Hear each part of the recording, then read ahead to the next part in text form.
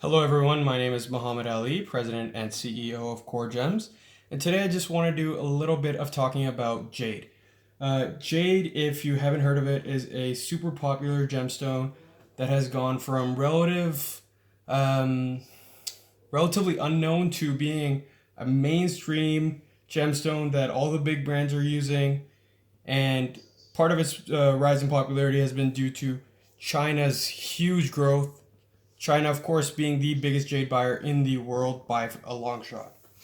So, here we have a variety of jade pieces. All of these are jade, but not all of these are what most Chinese people would consider jade. In China, jade refers to two different stones, actually, several different stones, with two main varieties: Myanmar jade and Chinese jade. Chinese jade refers to a few different types of jade, including nephrite or Haitian jade and a few other varieties. These are both actually nephrite jade. Nephrite jade is just a little bit softer, sometimes a similar hardness, but just isn't really as rare or as valuable just because it just doesn't have that same general look, and it doesn't have that same significance in Chinese culture. But it is still a valued stone in its own right, especially very light white color, very pure white color nephrite jade, also known as mutton fat jade. These are two very fine examples. This is a great Buddha carving. And then here we have a very, very fine nephrite jade bangle. Beautiful, beautiful piece. Now let's move on to Jadeite jade. This is what people traditionally think of when they hear jade. This is a floating flowers jade bangle. Very beautiful with the bands of dark green in there. Very, very nice. When it comes to valuing jade, the most important characteristics are the color. The darker green color, the better. The clarity, so how translucent or transparent the stone is. This would be transparent, this would be translucent. These would be more opaque. The cut, how well it's cut, how well it's polished, how well it's shaped, and finally carat weight. The larger the piece of jade, with the same quality, the more valuable it will be, obviously. Now looking here, this is what we generally refer to as I See Jade. So it comes in a few different varieties. First, we have this opaque white jade. It's a little bit gray in color. It's decent quality, has a nice uniform texture, but it doesn't really have that clarity that we normally think of when we think of I See Jade. So it isn't as highly valued. Then we move on to something that's a bit more translucent, has a bit more of that glow that we think of when we think of I See Jade. Pretty nice, but still not that true I See Jade.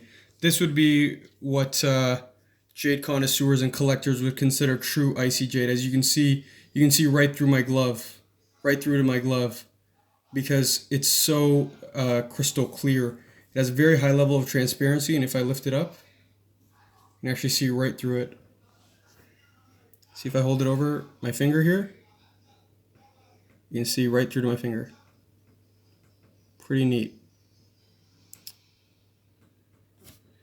And on top of that, this one is actually very, very rare in that it almost has a chatoyancy or cat's eye effect. Very, very neat. Now we move on to lower end jade pieces. These are generally used for carvings. They generally have a fairly good texture, but they don't really have that clarity that we think of when we think of high-end jade pieces. That's why they're used for carvings rather than as cabochons. Generally, they're carved into traditional Chinese symbols that have a variety of meanings, from Kuan Yin to Buddhas. We have various dogs and dragons and a variety of other carvings that I'll get into detail in some other day. Finally, we move on to the two most valuable types of jadeite jade. Apple green jade, which is this light, beautiful jade color, very similar in color to sphalerite. Very, very nice, very valued. And then finally, the most valuable jadeite and one of the most valuable, probably top 3 most valuable gemstones in the world, Imperial Jadeite jade.